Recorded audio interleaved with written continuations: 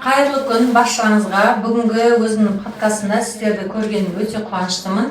Бүгінгі менің подкастымның екінші қонағы 8 баланың анасы, ұстаз Меңсу ханым, қош көрдік. Менің оқырмандарыма өзіңізді таныстырып өтсеңіз. Сәлеметсіздер ме? Қайырлы күн. Мен аты-жөнім Меңсу, 8 баланың анасымын. 2 ерекше балам бар, мектепте ұстазбын. Өте қуаныштымын.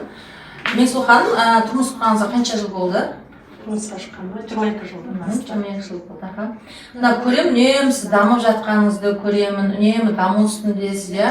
Одан кейін айтып кеттіңіз, 2 ерекше балам бар деп. Сіздің дамуыңызға түрткі болған сол 2 ерекше балаңыз ба? Иә. Ең алдымен анамның қайтыс болғаннан кейін өзімді іздей бастадым. Одан кейін осы 2 ерекше балам менің өмір сүруіме, жақсы өмір сүруіме, өзім денсаулығыма қарауыма, өзімді аялауыма, өзімді күтуіме, өзім саяхаттауға, басқа елдерге шығуыма және өзім табыс тауып, білім алып дамуыма себепкер болды. Бұрынғы Меңсу мен қазіргі Меңсудың айырмашылығы қандай? Бұрынғы Меңсу уақытын көп босқа өткізетін еді.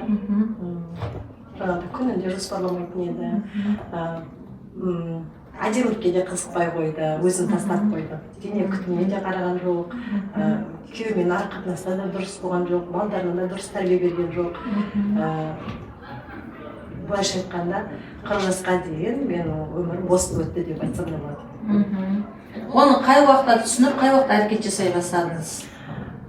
Осы ең кенже балам осы ДЦП-мен ауырғаннан кейін мен уже денсаулыққа қарау керек екенін түсіндім. Алла тағала мені балам арқылы маған көрсетіп қойды да. Менің денсаулығым жаңағыдай зор болдым, энергия мүлдем болмады, диванда жата бергім келді, уже менде шаршау басталды, денемде уже ешнәрсе істегісі келмей қалды. Үйдің күнделікті тірлігі маған уже қызық емес болып кетті да, өзім жоғалта бастадым. Жалпы сіздің дамуыңызға күйеуіңіз қарсы болды ма? Иә, басында қарсы болды.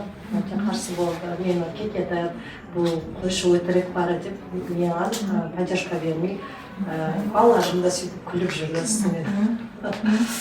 Сосын? Одан кейін мен қайсарлығым арқасында, табандылығым арқасында ерінбей күнделікті жасай бердім. Білімдерден ақшамды аяған жоқпын. Қай ұстаз маған әр ұстаз бір-біріне жағдай. Әр адам бір-біріне ұстаз дейді ғой. Мен сол әр ұстазды жасы кіші екен деген жоқпын, үлкен екен деген жоқпын, білімін ала бердім. Бойым, рухымда аш болған, мен соларды губка сияқты бойыма сіңіре бердім. Ол білімдерді алған сайын мен жаным рахаттана бастады, ішім құлпыра бастады, көзім жайнай бастады. Айнаға қараған кезде өзімді қатты жақсы көріп, өзім құрметтей бастадым. Адамның өзін жақсы көру, қалай деп ойлайсыз, адам өзін жақсы көру деген сіз үшін не? Бірінші, жаңағыдай біз жанымызды қинап тұрып істегіміз келмесе де, жанымызды қинай береміз. Ауыр, жаңағыдай су бар ма, жаңағыдай ауыр тілектерді істейміз. Өзіміз істей салып қой берсе де, жата беремін де көп адамда жаңағыдай үйдегі күйеуімізге қатты, балаларымызға қатты жанымыз ашиды болса, істей береміз жұмысты. Жанымызда шаршап белгі береді. Мен өзіңді жақсы көру дегенді бірінші денсаулықты күту керек екен. Сен денсаулықты күтетін болсаң, балаларына дұрыс тәрбие бересің, күйеуіңді аялай аласың, өзіңді құрметтей бастайсың, айналаңа бір жақсы сөзіңді аямай, тек қана адамдардың жақсы жағын көре бастайсың. Өзіңді жақсы көру дегенді мен солай түсінемін. Машаллах, өте керемет. Жалпы өмірде өзіңіздің ең қатты қателескен тұсыңыз қай уақыт болды? Менің қателескен тұсым бар. Мен ол кезде өзімен жұмыс жасамаған кезде негатив көп ойлайтынмын. Қорқыныштан өте көп еді. Өзіме сенімсіз болдым. Менің қолымнан келмейді, мен жасай алмаймын. Бәріне бар адамдар жақсы, лайықты да, бірақ мен оған лайықты емеспін деп өзімді төмен түсірдім. Бұл сезімдеріңізге қай уақыттан келген болатын?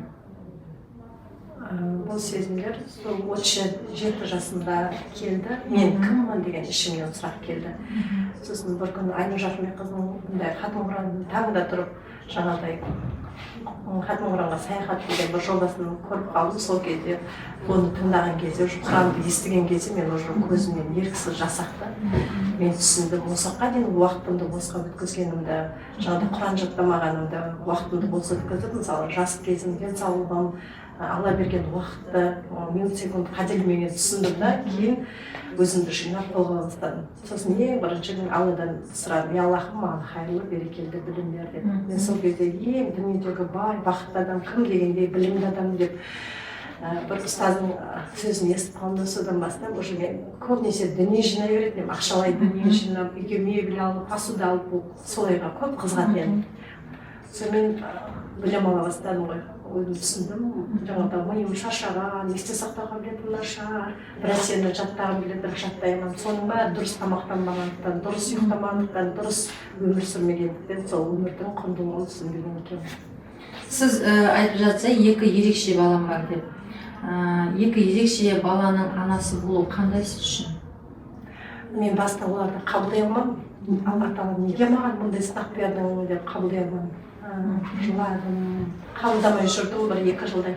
Сосын уже балам өсіп қалғанын түсіндім да, қабылдадым да, сонымен Аллаға тапсырып, балдарымды тоқтаусыз операцияларын жасатып, емдетіп, ЛК-сына апарып, уже менде жауапкершілік деген үлкен жауапкершілік пайда болды менде. Соларды уақыттарымды уже қазір осы өткізгім келмейді, сол балдарымды үздіксіз ниетімді түзелеп, балдарымды ақшаны аямай жұмсап, қазір Аллаға шүкір, балаларым жақсы. Машалла.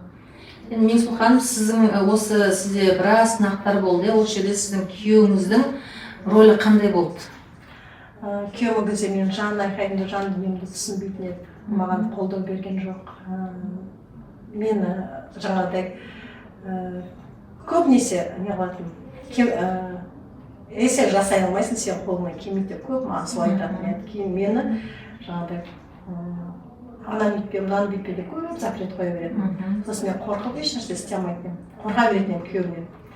Сосын ішкі сезімді айта алмайтын едім күйеуіме. Мына жерде қазір ренжіп тұрмын, мынандай жасағым келмей тұр, бірақ деген сияқты өзімнің ішкі қалауларымды айта алмайтын едім. Ақша да сұрай алмайтын едім. Ақша сұрағым келетін еді, бірақ бір сұраймын, екі сұраймын, бермесе, жынданымды бермесең бермей қой деймін да, жаңағыда ломбардқа алтындарымды өткіземін, жаңағыда күйеуімнің сөздерін көп елемей тыңдамай қойдым да. Жалпы қазір сіз өзгерген кездегі сіздің күйеуіңіздің сізге деген қарым-қатынасы қалай өзгерді? Қазір мен алақанмен ойым өзгерген кезде уже күйеуім қазір сезімдерімді айта аламын. Мысалы жегім келіп тұр десем, оны алып береді, ақшалай сыйлық бер десең береді. Уже мен ойым өзгерген кезде қазір күйеуімнің тек қана жақсы жағын көремін, позитивный жағын. Сонымен ол қазір уже жауапкершілік өз мойнына алып, қазір балаларына да дұрыс тәрбие беріп жүр. Маған да қарым-қатынасы жақсы, Аллаға шүкір. Мен ол кезде фокусым бәрі күйеуімде болған еді, ал қазір мен фокусым, назарым өзімде болған екен. Өмір енді керемет. Күйеуіңнің назары менде десеңші. Сөйтіп Аллах тағала ол ерекше болғанды маған бекерге бермепті. Ойымды өзгерт, осы өмірде тек қана жақсы ойла, жақсы сөйле деп сол белгіні көрсеткен екен. Соған Аллаға сан шек шүкір деймін. Әр нәрсенің өзінің қайыры бар. Иә, әр нәрсенің өзінің қайыры бар. Енді қазір күйеуіңіздің сізге деген махаббаты қалай артты? Уже жаным, Меңсұлу ханым деп уже сыйлаймыз да, дұрыс сөздермен. Алдын өзімді жаңағыда қатты төмен түсірген кезінде ол мені өзіме сенімсіз болған кезде күйеуім жаңағыдай не қылатын еді. Көп ұрсатын еді. Қазір ұрыспайды, уже бір-бірімізді сразу түсіне бастаймыз. Көзқарасымызбен, жұмыспен түсінеміз. Мен байқаймын да, сіз үнемі отырған кезде күйеуім хабарласып жатыр, күйеуім қайта-қайта іздеп жатыр, күйеуімен іздей береді деп айтасыздар. Ал бір әйелдер келеді маған, күйеуім мен қайда жүргенімді сұрамайды да, күйеуімнің менімен тым жұмыс жоқ, мені қызғанбайды, маған түк внимание бермейді деп келеді да. Ал сізде керісінше күйеуім мені үйден шығарғысы келмейді, қайдасың деп айта береді. Күніге маған деген қарым-қатынас ерекше деп айтасыз ғой. Сол не себепті деп ойлайсыз? Неден ол? Неге басқа елдер еркектің вниманиясына зар болады? Мен қазір назарым бар өзімде болған кезде тұрамын, жаңағы өзім бетіме күтім жасаймын, өзімнің жаңағы спа массажыма барып келемін, күйеуімнің рұқсатымен. Одан кейін уже менде ішкі жарқырау деген басталды. Айнаға қарағанда бір өзімнің әдемі бола бастағанын сезіндім да. Өзім жаңағыдай алдын дамай жүргенде беттері қатты әжім болып, сондай солып қалған едім. Ал қазір Аллаға шүкір, қазір азғантай сумадан болсын білім алып дамыта бергеннен кейін мен ішкі жүрегім тыныш. қазір бұрынғыдай ақша деп дүниені көп ойламаймын. Аллах тағала мен көтеріп тоже мен өзімді жайлап күтіп баптап жүргенде уже каспийім ақша түсе береді. Күйеуім береді, қызым береді. Білім алу дегенде сонда сіз қай жақтан білім алдыңыз? Көбінесе рухани білім алғанды жақсы көремін. Жаным рахаттанады, иманым күшейеді. Бір соны өмірімде қолданып, балдарыма да соны насихаттап отырамын да. Барлық нәрсе әйелге байланысты екен. Әйел жаңағы ана болған кезде уже балаларына дұрыс тәрбие, дұрыс бағыт көрсете алады екенсің да. Сосын ашуланбайды екенсің, сабырлы болады екенсің. Өзіңнің жылы сөзімен балдарыңды спокойно жаңағыдай сөйлесіп, жаңағыдай сондай бір керемет сезімдер болады екен әйел адамда. Енді сіздің Алла берген 8 перзентіңіз бар, иә? Қазір өзіңіз өзгергелі, балдарыңызбен қарым-қатынасыңыз қалай өзгерді? Алдымен өзгермей тұрған кезде балалар мені тыңдамайтын. Ал қазір Аллаға шүкір тыңдайды. Уже сыйлықтарын береді, уже мама деп уже жақсы сөздерін айтады, уже. Алдын құшақтай алмайтын едім балдарымды, құшақтап еркелете алмайтын едім, жақсы көретінімді айта алмайтын едім. Ал қазір уже құшақтап беттерінен сүйіп жылы сөзімді айтып, жаңағыдай ақылдысың, сен молодецсің, красавицасың деген сайын уже олар өздеріне деген сенімділік неғып, уже олардың да жолдары ашылып жатқанын байқадым. Мына сіз өткенде айтып қалдыңыз, мен өзіммен жұмыс жасағалы, өзімді күткелі, өзім рахаттанғалы, күйеуімнің де табысы арта бастады. Иә.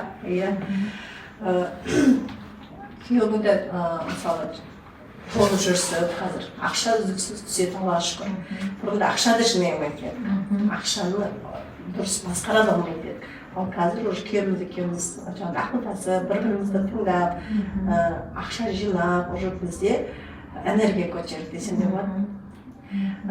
Күйеуім күшті машина алды, Аллаға шүкір, үйлер алып жатыр, жылдан жылға бізде береке, молшылық, табыс уже үлкейіп жатқан өзіме сезіледі. Қазір мен шүкіршілік жаза бастадым да, оны жазғаныма 5 жылдан асып кетті, бірақ күнде таңда тұрып бірінші шүкіршілігімді жазамын. Ал менде сол кезде уже жүрек не дейді, көзімнен жас ағады. Аллахым деп уже қолымен алақанымен сезініп, соны Алланың бергенін уже сезіне аламын да, сол халге келдім да, шүкіршілік жазудың арқасында, и менің өмірім де өзгерді да, әр нығметті түсіне бастадым. Көп әйелдер айтады ғой, мен мысалы не үшін мен өзгеруім керек, не үшін мен күйеуім өзгермейді, сонда неге мен өзімен жұмыс жасай беремін? Неге күйеуім өзімен жұмыс жасамайды? Деп көп әйелдер айтады да. Вот соларға сіз не айтар едіңіз? Қандай кеңес беретін едіңіз? Қыз-келіншектер бірінші өзіне назар аударса, өзіне азанда таңда тұрып, беттеріне күтімін жасап, жаттығуларын жасап, өздеріне ақша салып аямаса да, ақша мысалы түсіп жатыр бізде, просто біз ақшаны дұрыс басқара білмейміз да, орын-орнына жұмсай алмаймыз. Эмоцияға берілеміз де, барамыз да, киім алып, өзіміздің ішкі бостығымызды сол киіммен толтыра береміз, эмоцияға беріліп кетеміз да, ал бірақ есеп өзімізден есеп албаймыз, дұрыс осыны жазбаймыз, ерінеміз, оған күшіміз жетпейді. Мысалы, білім ал десе ол қойшы, ақша жоқ дей береміз, бірақ біз өмірде жоқ және бәрін білемін, шаршадым деген болса, еш нәрсені айтпау керек екенбіз. Енді сіздің білім алып жатқаныңызға қанша жыл болды? Осы 5-ші жыл, Алланың қалауымен, осы 5-ші жылда менде уже өзіме деген сенімділік артты, уже киім де алғым келмейді бұрынғыдай. Енді тек үздіксіз осы білімге жұмсағым келеді. Қанша білім толысқан сайын адам сабырлы болады екен, бір сөйлеген сөзінде ойланып сөйлейді екен, жақсы нәрселерді көруге уже айналасынан жақсы нәрсені көруге талпынады екен. Өміріңізде қандай ғажайып адам сенбейтін сәттер болды ма? Иә, болды. Сенбейтін мен бірінші Аллаға сенбейтін. Қойшы, бәрін тұрып қойды. Сөйтіп өзіме сенбейтін, өзімді постоянно қолымнан келмейді деп өзіме ішкі түйсігім солай айтып тұрады. Сонымен білім алудың арқасында 24-7 сағат уже көңілді өзіме аударып, өзіме жұмыс жасағаннан кейін қазір уже қолым қалтайта қалса барып кітабымды оқимын, садақамды саламын, жылы суымды ішемін, андай жаттығуымды жасаймын, далада серуендеп келемін, өзімен жұмыс жасай беремін ғой. Қандай күшті да қоқысың өзіңде. Жоқ, Алладан келген қандай ғажайып сәт болды сіз сенбеген кезде? Мен ба, сенбеген кезде. Мысалы, күйеуімде мысалы ақша үзілмей түсіп жатыр. Алдын ақшаны көп айта беретін едім. Сөйтіп алланың есімдерінде жаттамаған едім, онда толық білмейтін едім. Одан кейін дұға жасауды да білмейтін едім. Дұғаларды жазып аламын да, ерінбей намаздарымда айтамын, Алладан сұраймын да. Негізі мұсылманның қаруы мықты дұға ғой. Дұға мен көп жасадым дұға, Алладан сұрадым. Қазір уже бүйтіп сәл ойым неғып қалды, Аллахтан сұраймын, Алла уже береді да маған ше. Жоқ, ондай ғой, адамнан күтпестен да, адамнан күтпестен мынау бір сәттер болады ғой, Аллах тағала саған қалай көмектескенін өзің де байқамай қаласың ғой. Бір тонкий сәттер болады да, сондай сәт болды ма өміріңізде? Болды. Менде иницияда болмаған күндер болды. Себебі екі қолымды жайдым да, Аллахым маған иниция сап берші дедім. Сосын мен кітап оқығым келеді, бірақ менде бір тиын ақша жоқ, сен берші деген едім. Сразу каспиім ақша түсті.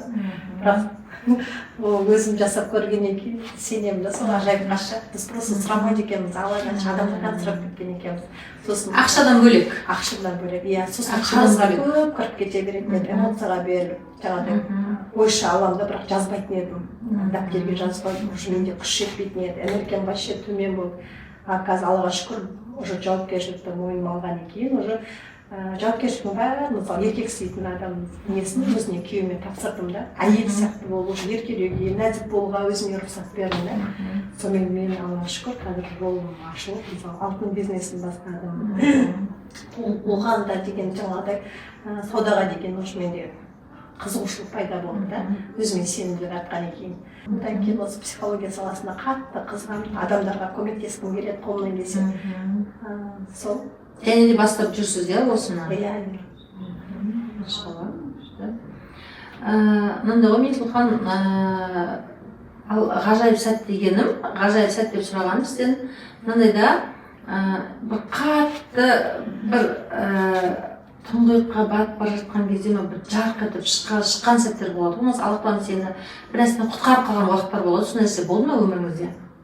Құтқарып қалғаным сол, менде қарыз деген айтып ғой, бір үйімді ремонттаймын деп кредит алдым, 5-6 жерден кредит. Қанша қарыз болдыңыз? Қанша миллион қарызыңыз болды? 17 миллион қарыз болды. Үйді ремонттадық, үй жан-жақтан эмоция беріп ала берген қарыздар сондай болды. Кейін ұстаздардан білім алған екен, уже түсіне бастадым. Қарызыңыз қалай жеттіңіз 17 миллионда? Оны рахмет айтпайтын едім, шүкіршілігім жоқ еді. Мектепте беретін едім, тойымсыз едім, ашкөз едім да, жаңағыдай. Тамақты да қатты көп жей беретін едім, ашуланғаннан, өзімнің нәпсімді басқарамағандықтан, жаңағыдай. Семіз келіншек болатын, 84, қазір Алланың қалауымен 70 килограммға түстім. Машалла.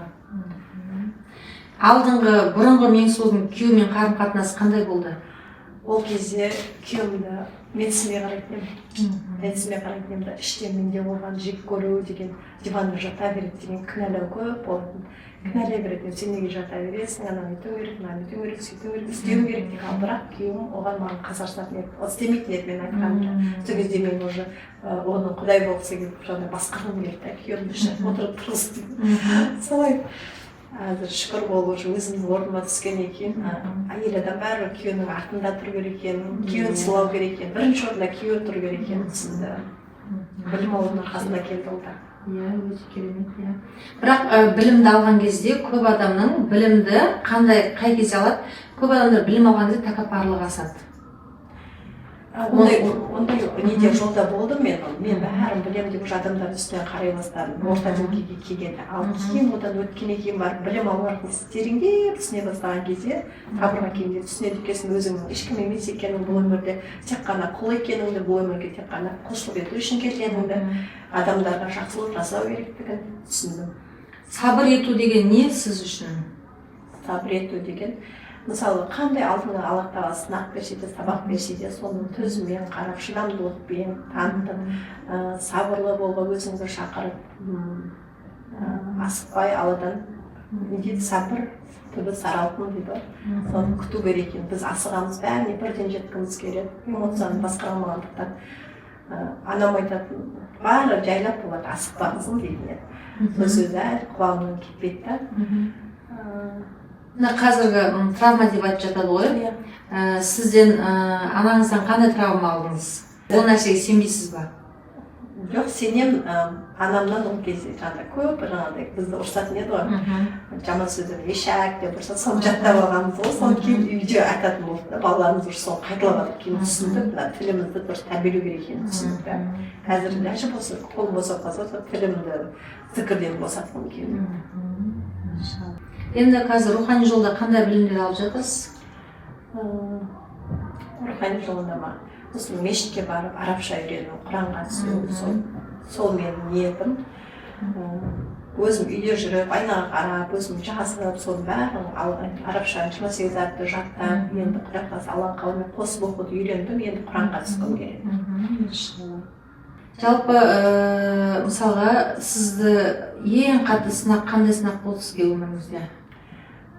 Ең қатты сынақ сол балалармен аналарды ешкімді сынамасын, просто дұшпаныма да тілемеймін, бала бауыр етің дейді ғой.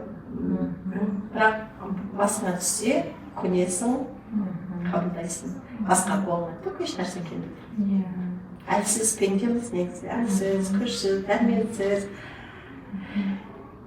Қабылдау деген сіз үшін не? Қабылдау деген болды.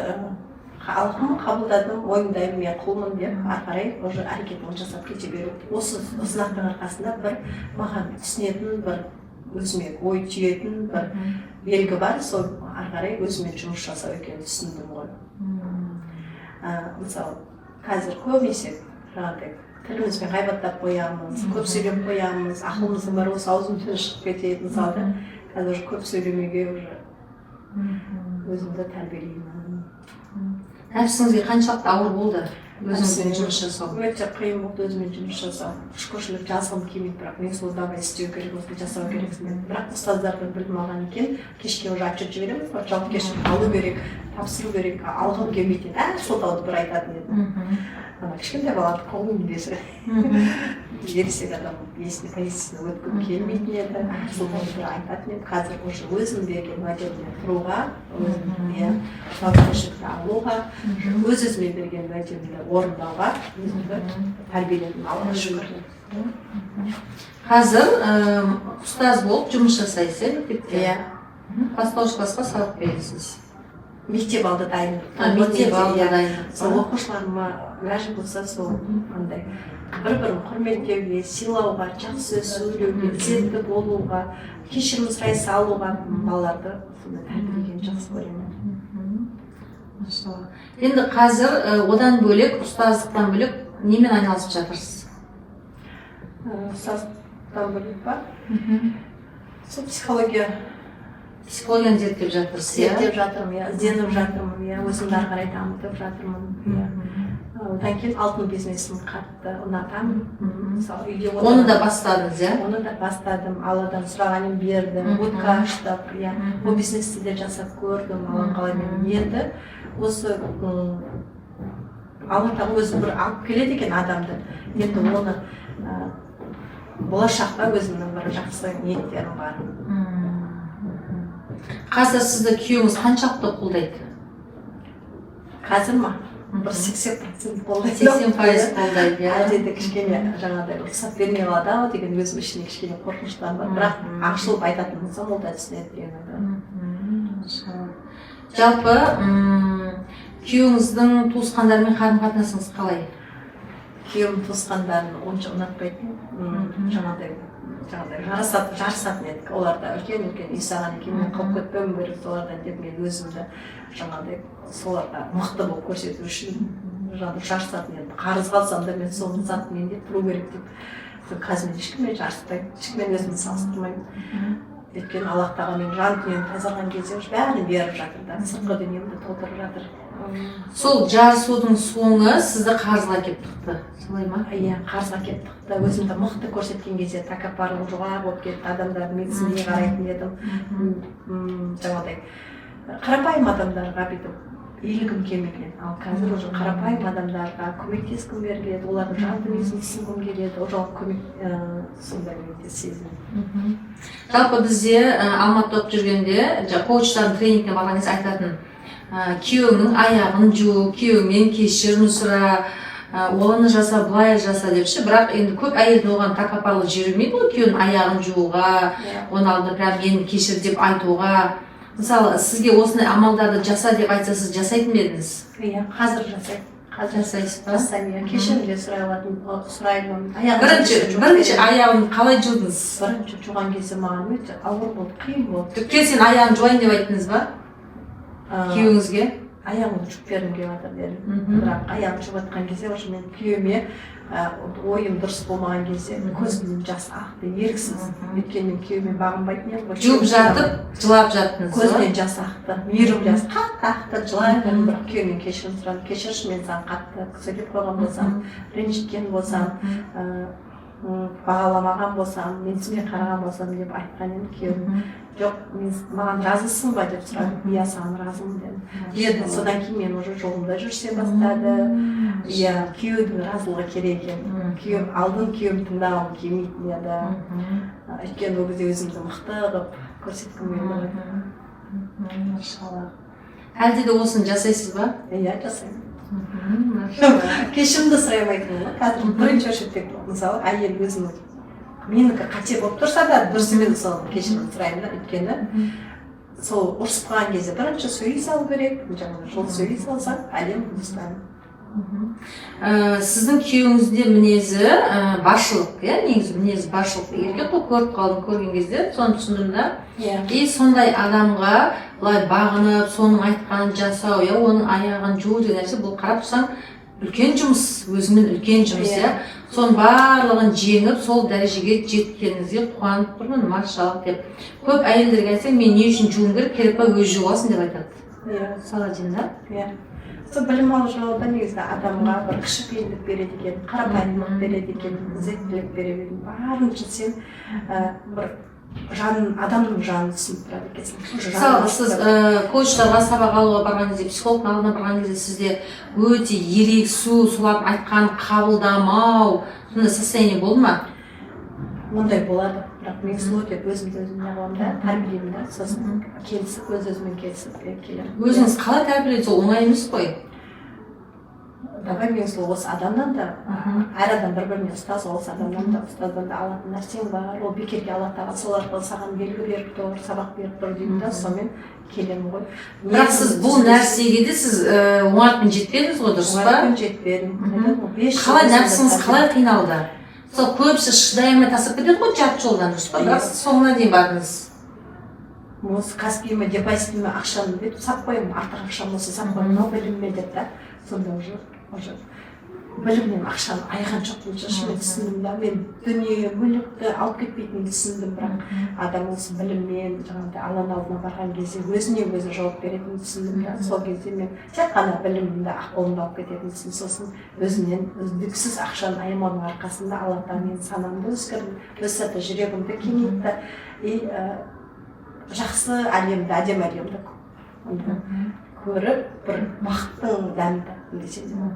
Машалла.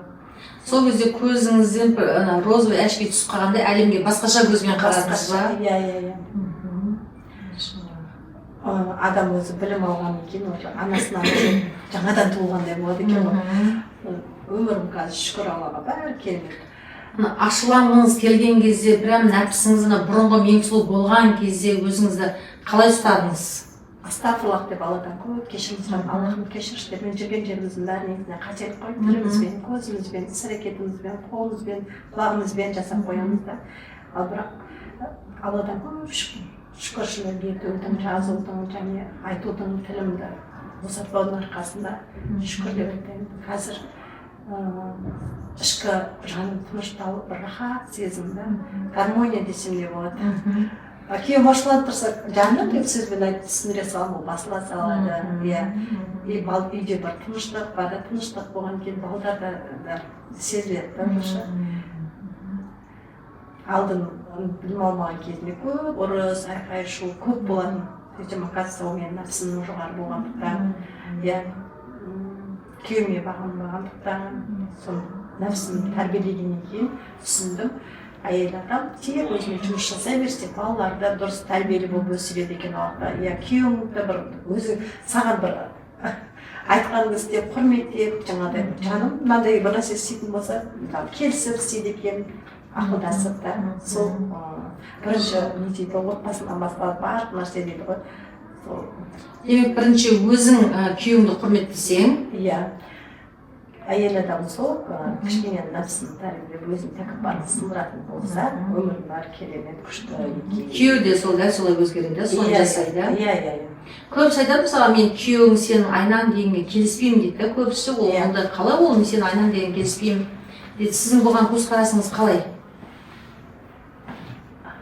өзің жаман болсаң күйеуің де жаман ал өзің жақсы болсаң күйеуің де жақсы бұл нәрсе сіздің басыңыздан өтті бұл нәрсе кәдімгіден тәжірибеден өткен нәрсе иә өзің өзгерсең күйеуің де өзгереді балаларың да өзгереді айналаң да өзгереді иә енді осы сіз сияқты мысалы қарызға айтты ғой жаңа 17 миллион қарызға кіріп кеттім деп сіз сияқты 17 миллионға қарызға кіріп кетіп адамдарға қарызы көп депрессияда жүрген қалай шығамын не істеймін деп жүрген әйелдерге қандай кеңес берер едіңіз кішкене бір өздеріне жаңағыдай сыртқы әлемін түзулей бермей ішкі жан дүниесіне де ақша бөлсе көңіл бөлсе жаңағыдай ішкі сенімсіздік жаңағы қорқыныштарын жаңағыдай өзімен жұмыс жасау арқылы кетеді екен бәрі сол үшін білімнен тоқтамай мысалы қазір психологтардан ой деп анандай өзі негативный көп айтатын адамдар бәрін негатив көреді да бірақ тоқтамай үздіксіз білім алатын болса білім сенің тағдырыңды өзгертеді екен өміріңді ойыңды мысалға сіз өміріңізде бір нәрсе болатын болса жақсы немесе жаман нәрсе болатын болса алдын ала сезесіз ба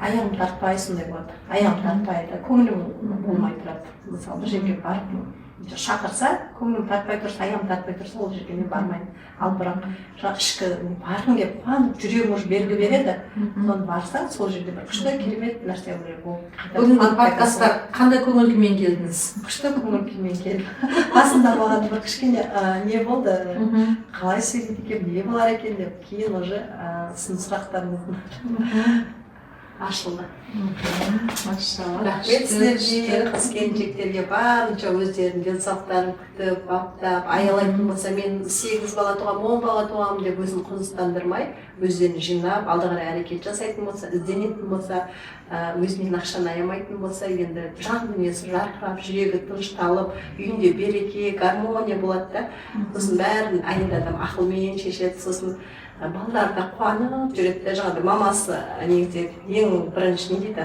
анасына байланысты екен 80% әйелдің дамыған сайын жаңағыдай сабырға келіп ашулана бермейді жаңағыдай тәуекел етіп кете береді сосын білім алып дамыңыздар тоқтамаңыздар білім алу ешқашан кеш емес дүниедегі ең бай адам білімді адам ол дүниені қуғанында тәкаппарлығымыз өсіп кетеді ал біз жан дүниемізді тазартып өзімізбен жұмыс жасап мына кішкентай күннен алған травмаларымызбен жұмыс жасайтын болса өміріміз енді таңғажайып керемет қой мен білім қуаладым дүние мені қуалап жатыр десеңізші иә дәл солай ма иә қазір білім алмасам уже мен қалып кетіп жатырмын ба деп анандай күшті ше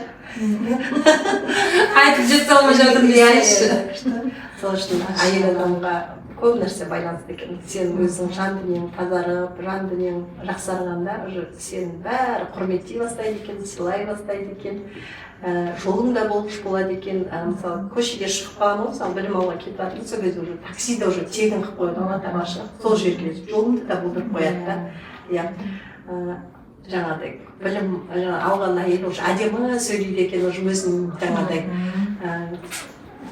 енді күшті ғой қандай дұғалар оқисыз жалпы қандай дұғаларда сіздер пайда көріп жатырсыз мысалы болады ғой кейбір әр адам өзінің бір сүйікті дұғасы болады иә мысалы менің сүйікті дұғам шарикалях деген дұға бар мен соны қатты оқитынмын әрдайым той жасайтын кезде мысалы бір ай тойдан алдын ең үлкен қызым ұзататын кезде той жасайтын кезде тоқтамай сол дұғаны оқитынмын ше сол дұғаны тоқтамай оқыдым бүйтіп мен ана 3 бала шағам бір өзім баққан келіп бүйтіп прям тойға қиямет барған адам емеспін қойшы бала шағам аузынан жарып мен тойға бармаймын деп айтатынмын ше сөйтіп бірақ сол шарикалах бірақ енді аллаға деген тәуекел мықты болған мен шарикалах дұғасын оқи беретінмін азанда 100 рет кешке 100 рет оқитынмын сөйтіп тойымды ең қымбат тойханада өткіздім мысалға маған ең қымбат оформление болды аллахтың қалауымен ше Содан кейін анау күйеу балам келіп еще джиппен қызмет қылды да. Мен айтамын, Алла тағала бәрін ұйымдастырып қояды екен. Ешқандай қиналмай, кредитсіз де деймін да, барлығын өткізіп алдым ғой, ойлаймын да. Соның бәрі сол Шәріпбек Туғанның арқасында ғой. Содан соң Салауат Нарияны оқып, мен балам екеуміз неге қажылыққа барып келдік. Салауат Нарияны өзіміз топ болып оқыдық. Топпен 1 ай ма 3 ай ма оқыдық қыздармен. 3 айдай оқыдық шамалы, 3 айдай оқыдық. Сонымен 3 айдан кейін бір 10 күн ішінде ма аяқ астынан қажылыққа баратын болып, балам екеуміз қажылыққа барып келдік. Жалпы сіздің осындай, мен өзім қатты тығырықтан қатты қиналған кезде осы дұғалардың арқасында шыққан болатын. Осы прям енді 3 баламен күйеуім қамалып кетті, 3 баламен квартирада отырмын. Қызым, кішкентай қызым әлі жасына толған жоқ, емізулі, істейтін жұмыс жоқ, үйдемін. Тоқтамай бір кітап, кішкене кітапшам бар еді, соны тоқтамай оқып, ол кезде бұндай білім жоқ еді ғой, салауат оқу деген. Соның үшін салауатта, истиғфарда, жаңағы Юнус сүресі барлығы бар еді. Соны түнімен оқып, ол кезде бұндай тәсбих жоқ еді. Ана тәсбихпен 100 ретіп жазып, 100-ден 1000 деп 1000-ға жеткізіп оқып, 6 ай оқып, 6 айдың ішінде түс көріппін деймін да. Түсінде бір кәдімгі шұңқыр ішінде мұз, кәдімгі көктайғақ мұз, аяқтан шығамай мен жоғарғашы. Мына мұздан қалай шығам деп, түсіп кеткен, ана шығамай тұрып сөйтіп қалсам, кішкентай бір пакеттер, қарда пакеттер жатады ғой, сондай пакет тұр екен да, сол пакетке аяғымды шығарып, амалдап сояқтан шығып кеттім да, сөйтіп тұрдым да, мен осы сынақтан шығады екен деп, шынымен осы сынақтан шығады екен деп, 3 айдан кейін, сол түсті көргеннен кейін ба, бір 3 айдың ішінде осы жерде өзі алып енді соғылған, алып енді ашылған болатын. Сол кезде мен осы жерге Билайн компаниясы өзін Билайнды алыпқа әкеліп жатқан. Сол кезде мен Билайн компаниясына осында мен жұмысқа шақырып, мен жұмысқа келіп, содан кейін кетті ғой, тасым өрге дөмеледі ғой, шапқан кезде өзімнің бутиктер аша бастадым, Билайн компаниясына сіңіп, өзімнің бутигім болды, сатушыларым болды, оған қосып сотовый аксессуар, телефондар сата бастадым, қоса бастадым. Солай оның арасында өзім жер алып, өзім үйімді салдым. Былайша айтқан кезде оның барлығы Аллахтың маған деген мейірімділігі еді. Себебі менде 3 балам бар, мен өте үлкен дұға жасадым ғой, дұғалар көп, өте көп дұға оқыдым. Соның арқасында осының барлығын жеңіп шықтым ғой. Сол кездегі энергиямды қазір не деген энергия болған деп таңғаламын ғой. Осындай өмірімде бұл ғажайып сәт та меніңше, осындай просто дұғамен, мен кішкене ғана әрекет жасаймын, тек оқитын дұға. Осындай дұғалардың арқасында қаншама әрекеттер, осындай нелер өмірімде өте үлкен ғажайып сәттер болған ғой. Барлық дұғаның арқасында Аллаға шүкір. Сондай сізде осыған қандай дұғалар, сіздің сүйікті оқитын дұғаларыңыз қандай деп сұрамақшы едім? Мен осы 17 миллион қарызымда 90 күн жасау керек деді техниканы. Сосын мен жасадым. Аллахтан кешірім сұрау, истиғфар. Соны күнде таңда тұрамын да 100 реттен айтамын. Бірінші истиғфар айтамын, одан кейін салауат айтамын, одан кейін қарыздан құтылу дұғасы бар. Соны 100 реттен айтып, бірінші оны жаттамаған едім, параққа жазып алдым, қайталай бердім, қайталай бердім. Я Аллахым, қарсыз өмір сүру үшін. Соны Аллах сол күнге мені жеткізді. Аллахтың қалауымен қарыздан құтылдық берді. Мен Сарыағашта алтын сізді 2 жыл алдын көрген кезіндегі Меңсұлу басқа Меңсұлу еді. Қазіргі Меңсұлу екеуінің арасы жер мен көктей. 2 жылдың арасында сіз өте қатты өзгердіңіз. Рахмет. Жалпы әйелдерге не айтатын едіңіз? Қандай ақыл кеңес беретін едіңіз? Қазір неме бөлек психологтар көбейіп кетті, психологқа бару не ол деп, ақшаны босқа құрту деп айтады, бірақ менің ойымның өзгеруіне осы психолог ханымдар қатты көмектесті. Олар да оңай жолдан жүріп өткен жоқ. Олар да нәпсілерін тәрбиелеп, өзімен жұмыс жасаудың арқасында білікті маман егері болды. Сол үшін бірінші ойларыңызды өзгеруді қаласаңыздар, психологқа келулеріңізді айтар едім. Машалла, өте қуаныштымын. Меңсұлу ханым, біздің подкастымызға келген үшін рахмет. Сізді осында көргеніме мен де өте қуаныштымын. Өзіңіздің ішкі ойларыңызбен, сырларыңызбен бөліскеніңізге мен де қуаныштымын. Құдай қаласа келесі жолда подкастымызға иншалла тағы да шақырамыз. Рахмет, сізге Алла разы болсын. Жұмысыңыз алға бассын. Құдай қаласа отбасыңызбен, күйеуіңізбен бірге өзіңіз қалағандай саяхаттарға шығуды Аллах тағала нәсіп етсін. Табысыңыз берекелі болсын. Бізге келіп тұрыңыздар. егер де сіздер дәл осылай менің подкастымның қонағы болып өздеріңіз дамытқыларыңыз келсе, өзіңіздің шағын бизнестеріңізді дамытқыларыңыз келсе, өзіңізді реклама жасағыларыңыз келсе, сіздерді өзімнің подкастыма қонақ болуға шақырамын. Келіңіздер. Сау болыңыздар.